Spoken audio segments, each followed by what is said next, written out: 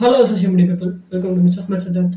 கல்கி 2898 AD இந்த படத்தோட ட்ரெய்லர் இப்போதைக்கு ரிலீஸ் ஆயிருக்கு.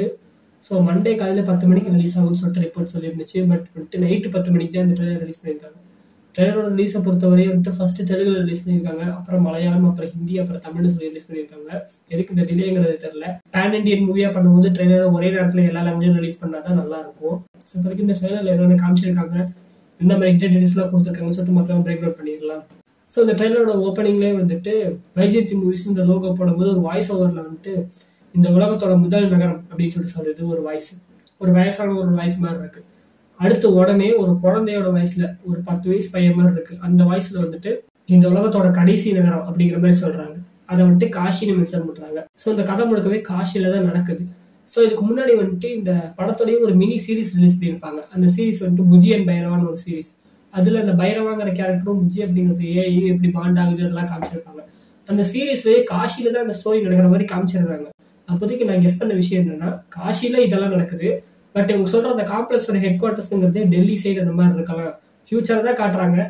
அதுல இந்தியாவில் நிறைய இடங்களை காட்டுவாங்க அப்படிங்கிற மாதிரி நினைச்சேன். பட் இப்போதைக்கு இந்த வேர்ல்டோட கடைசி நகரமே காஷி தான் அப்படிங்கிற மாதிரி சொல்லியிருக்காங்க. இந்த உலகத்துல இருக்கிற மற்ற ஊர்கள்லாம் அழிஞ்சிட்ட மாதிரி சொல்றாங்க.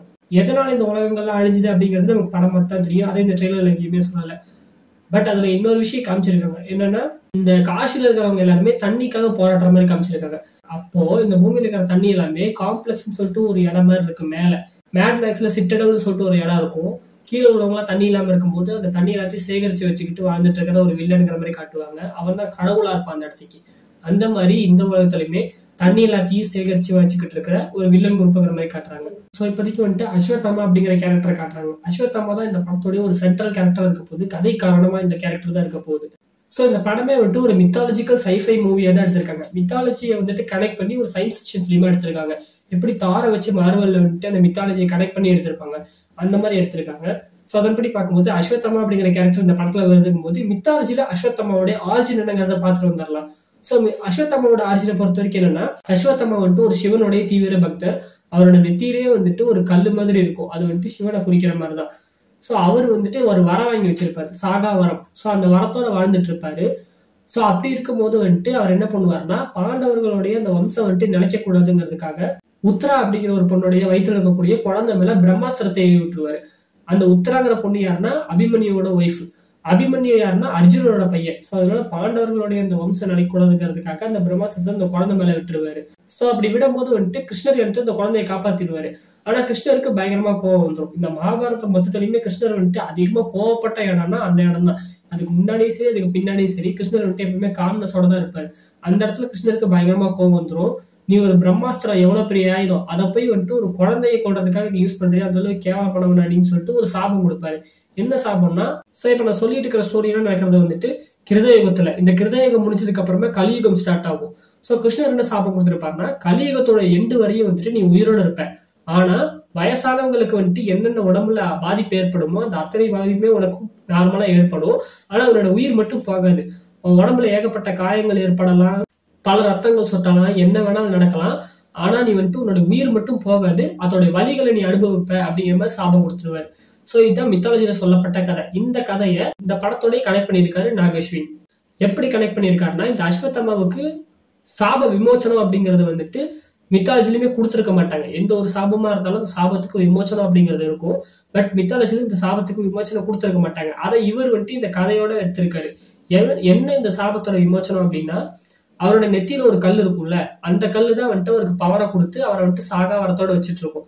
ஆனா அந்த பவரை நம்ம கிருஷ்ணர் எடுத்துருவாரு. ஸோ அதனால அந்த கல்லு இப்போதைக்கு ஒரு சாதாரண கல்லு அஸ்வத்தாமன் கையில இருக்கு. ஸோ இப்போ 2024ல நம்ம இருக்கோம். ஆனா இந்த கல்கி வேர்ல்டு 2898 AD நடக்குது. ஸோ அது வரையுமே அஸ்வத்தாமன் உயிரோட தான் இருக்காரு. அப்படி உயிரோட இருக்கிற அஸ்வத்தாமன் கையில அந்த கல்லுமே இருக்கு. அந்த கல்லு பவர் இல்லாம இருக்கு. இப்ப அந்த கல்லுல பவருங்கிறது தெரிய ஆரம்பிக்குது. கலர் அந்த கல்லு ஜொலிக்க ஆரம்பிக்குது. எதனால இது நடக்குதுங்கும் போது அப்பதான் அஸ்வத்தாமாவுக்கு புரியுது தன்னுடைய மோட்டிவ்ங்கிறது வந்துருச்சு. தன்னுடைய சாவ விமோச்சனத்துக்கு அவர் என்ன செய்யணுங்கிறது இப்போதைக்கு வந்துருச்சுங்கிறது அவருக்கு புரிய ஆரம்பிக்குது. என்ன அப்படின்னு சொல்லிட்டு பாத்தீங்கன்னா, கல்கிங்கிற அவதாரம் மித்தாலஜிக்கல் சைட்ல பாத்தீங்கன்னா விஷ்ணு 10 அவதாரம் எடுப்பாரு. 9 அவதாரங்களோட கதையை நீங்க மித்தாலஜில பார்த்திருப்பீங்க. 10வது அவதாரம் கல்கி அப்படின்னு சொல்லியிருப்பாங்க. அந்த கல்கிங்கிற அவதாரம் கலியுகத்தோட எண்ணில் வரும்னு சொல்லியிருப்பாங்க.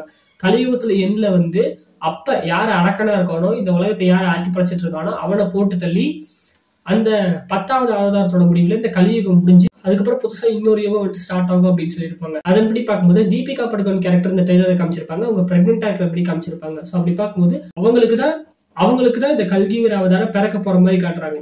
ஸோ அந்த மித்தாலஜிக்கலேயே வந்துட்டு இந்த குழந்தை யாருக்கு பிறக்கும், இந்த கல்கிங்கிற இந்த குழந்தை அப்படின்னு சொல்லியிருப்பாங்க. ஒரு சில பேர்லாம் சொல்லியிருப்பாங்க, அப்பா அம்மா பேரு இது இந்த ஊர்ல பிறக்கும் அப்படின்லாம் சொல்லியிருப்பாங்க. இந்த கல்கி அவதாரம் விஷ்ணு யவாஸ் அப்படிங்கிறவருக்கும் சுமதி அப்படிங்கிறவருக்கும் பிறக்கிற மாதிரி வந்துட்டு அந்த மித்தாலஜில சொல்லப்பட்டிருக்கு. அப்படி பார்க்கும்போது இந்த ட்ரைலர்ல பாத்தீங்கன்னா நம்ம ஹீரோ பிரபாஸ் கேரக்டர் ஒரு பவுண்டி ஹண்டர்னு சொல்லிட்டு காமிச்சிருப்பாங்க. ஸோ இதைத்தான் அந்த போன ரிலீஸ் ஆன அந்த மினி சீரீஸ்லயுமே காமிச்சிருப்பாங்க. அவர் ஒரு பவுண்டி ஹண்டரா இருப்பாரு. ஸோ அந்த காம்ப்ளெக்ஸுக்கு எதிராக இருக்கிறவங்கள வந்துட்டு அந்த காம்ப்ளெக்ஸ்ல இருக்கிறவங்க வந்துட்டு பவுண்டி ஃபிக்ஸ் பண்ணிடுவாங்க. இவங்களை வந்துட்டு பிடிச்சு கொடுத்தாலோ இல்லை கொன்னாலோ இவ்வளவு காசு தருவோம்னு சொல்லிட்டு. இந்த வேர்ல்ட பொறுத்த வரைக்கும் காசு கிடையாது, யூனிட்ஸ் தான்.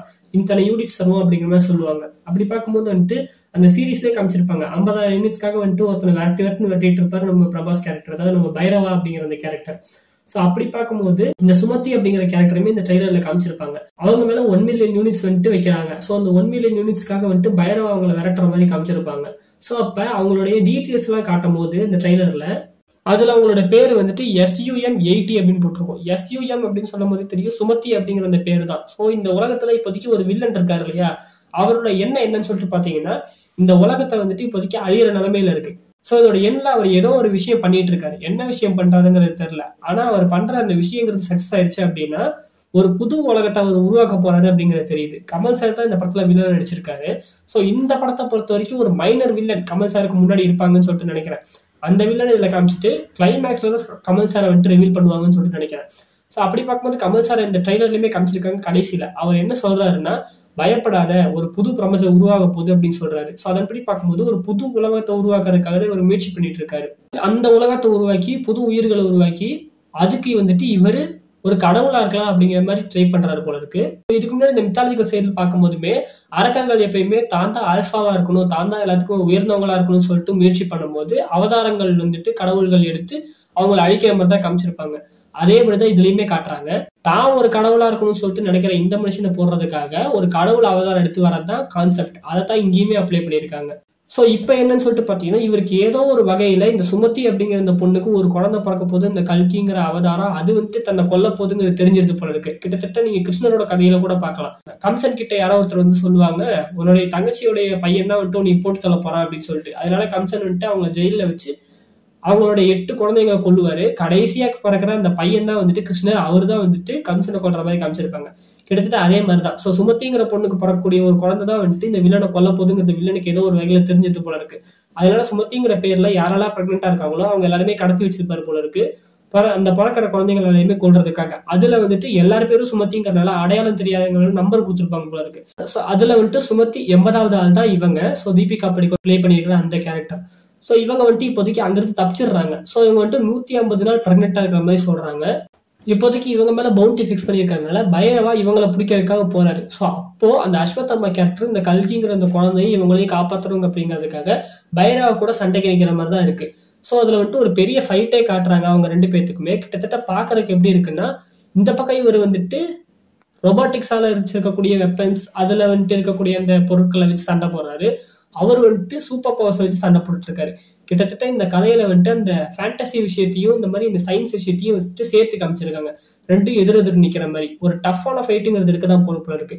அதோட ஒரு சீன்ல நம்ம வந்துட்டு பைரவா என்ன சொல்றாருன்னா, அந்த பொண்ணை கூட்டிட்டு வர்றதுக்கு நான் போனா மட்டும்தான் முடியும், இது வரைக்கும் என்னுடைய ரெக்கார்ட்ஸ் எடுத்துப்பாரு, எந்த ஒரு மிஷின்லயுமே நான் தோத்ததே கிடையாது அப்படிங்கிற மாதிரி சொல்றாரு. பட் இந்த மிஷின்ல ஒரு தோக்கிற மாதிரி தான் காட்டுவாங்கன்னு நினைக்கிறேன். ஏன்னா அஸ்வத்தம்மாவோட கேரக்டர் அவ்வளவு பவர்ஃபுல்லான கேரக்டர் மாதிரி தான் காட்டுறாங்க. இன்னொரு விஷயம் என்னன்னா, மித்தாலஜிக்கல் சைட்ல பாத்தீங்கன்னா நீங்க பாத்துருக்க அந்த மகாபாரத ராமாயணம் சொல்லிட்டு சீரியல் படங்கள்னு பாத்திருப்பீங்கல்ல, அதுல எல்லாத்தையுமே பாக்குறதுக்கு வந்துட்டு மனுஷங்க நார்மலா தான் இருப்பாங்க.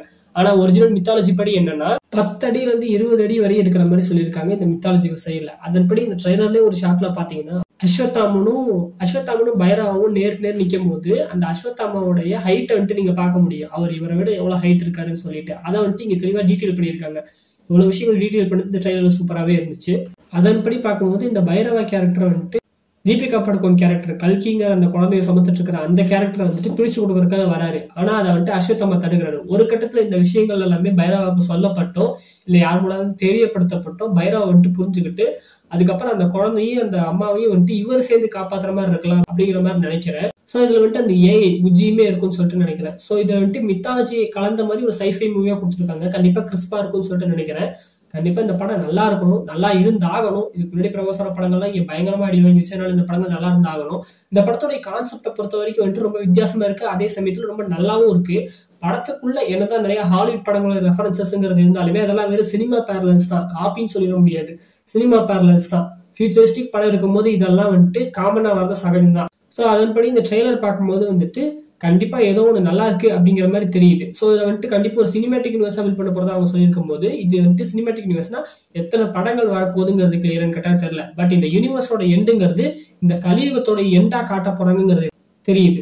அண்ட் ஆல்சோ வந்துட்டு இந்த படத்துல பிளாஷ்பேக் சீக்வன்ஸுமே இருக்கதான் போகுது. என்னதான் வந்துட்டு ஃபார் ஃபியூச்சரை காமிச்சிருந்தாலும் அதே சமயத்துல பாஸ்டையுமே காட்ட போறாங்க. என்னன்னா அந்த குருஷேத்திர போரை வந்துட்டு காட்டுவாங்கன்னு சொல்லிட்டு நினைக்கிறேன். இந்த ஷாட்ல பாத்தீங்கன்னா தெரியும், யாரோ ஒருத்தர் வந்துட்டு அந்த குருஷேத்திர போர்ல வந்துட்டு முட்டி போட்டு உட்கார்ந்துட்டு இருக்காங்கல்ல, அது வந்துட்டு அஸ்வத்தாமன் கேரக்டரா இருக்கலாம்.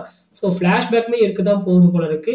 அவரோட ஆரிஜின் வந்துட்டு தெரியாதவங்களுக்கு வந்துட்டு இந்த படத்துலயே அந்த ஆரிஜினை சேர்த்து சொல்லுவாங்கன்னு சொல்லிட்டு நினைக்கிறேன். அந்த ஆரிஜின்ல சில விஷயங்களை மாத்தி தான் சொல்லுவாங்க கண்டிப்பா இந்த கதைக்கு ஏற்ற மாதிரி.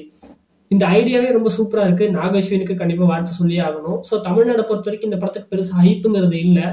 இவங்க என்ன ப்ரமோஷன்ஸே ஸ்டார்ட் பண்ணல. ஸோ ஆந்திராவை பொறுத்த வரைக்கும் இந்த படத்துக்கு பயங்கரமான ஹைப்புங்க இருக்கதா செய்யுது. ட்ரெய்லர் ரிலீஸ் ஆன உடனே தியேட்டர்ஸ்ல இந்த ட்ரெய்லர் ஸ்கிரீன் பண்ண போறாங்கன்னு கூட்டம் கூட்டமா போய் ட்ரம்ஸ் வச்சு அடிச்சு பயங்கரமா என்ஜாய் பண்ணிட்டு இருக்காங்க. ஸோ வேர்ல்டு வைஸ் எந்த அளவுக்கு வந்துட்டு ரீச் இருக்குன்னு சொல்லிட்டு பார்க்கும்போது நிறைய இன்டர்நேஷனல் யூடியூபர்ஸ் எல்லாம் வந்துட்டு இதை பத்தி பேசிக்கிட்டு தான் இருக்காங்க. இந்த ட்ரெய்லர் வந்திருக்கிறபடி இன்டர்நேஷனல் யூடியூபர்ஸ் வந்துட்டு பேசும்போது கண்டிப்பா இந்த படத்துக்கு இன்டர்நேஷனல் சைட்ல ஏதாவது ஒரு எதிர்பார்ப்புங்கிறது இருக்குங்கிறது தெரியுது. ஏன்னா பிரபாஸோடைய பாகுபலியும் அவங்க பார்த்துருக்காங்க. அதே சமயத்துல ஆந்திரால வந்திருக்கக்கூடிய இந்த தெலுங்கு படங்களுடைய ஹிட்டையுமே அவங்க பார்த்துருக்காங்க போது இந்த படத்துக்கு மேல அவங்களுக்கு ஒரு எதிர்பார்ப்பு இருக்குதான் செய்யுது. பட் இந்த தமிழ்நாடை பொறுத்த வரைக்கும் வந்துட்டு பெருசா ஹைப்புங்கிறது இல்லை. இந்த ட்ரெய்லர் பார்க்கும்போது நிறைய பேர் நல்லா இருக்குன்னு சொல்றாங்க. ஃபர்ஸ்ட் ஷோ போய் பார்த்தா தான் தெரியும் என்னன்னு சொல்லிட்டு. ஸோ இந்த ட்ரெய்லர் நீங்க பாத்தீங்களா? இந்த ட்ரெய்லர் வந்துட்டு நீங்க ஏதாவது இன்டர்நெட் ஏதாவது கண்டுபிடிச்சிருந்தீங்கன்னா இல்ல இதுதான் ப்ரோ கதை அப்படின்னு சொல்லிட்டு ஏதாவது சொல்லியிருந்தீங்கன்னா அதுக்கு மறக்காம கீழே கமெண்ட் பண்ணி விடுங்க. ஸோ இந்த வீடியோ பிடிச்சிருந்தா லைக், ஷேர் அண்ட் சப்ஸ்கிரைப். உங்களை நான் இன்னொரு இருந்து பார்க்குறேன். அது வரைக்கும் bye from mister smart Siddharth.